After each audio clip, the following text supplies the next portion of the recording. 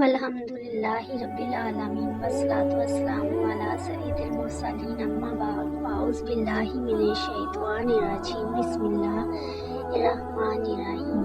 ये किताब अस-सजूदुल कुरान की हदीस नंबर 11 है।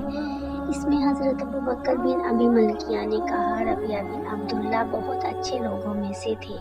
उन्होंने वो हाल बयान किया जो हज़रत उमर रज़ियल्लाहु ताला अन्हा की मजलिस में उन्होंने देखा कि हज़रत उमर रज़ियल्लाहु ताला अन्हु ने जुम्मा के दिन मिंबर पर सूरत नाहल पढ़ी। जब सजदे की आयत वलिल्लाहि यसजुदु मा फी अस्समावाति आखिर तक पहुंची तो मिंबर से उतरे और सजदा किया।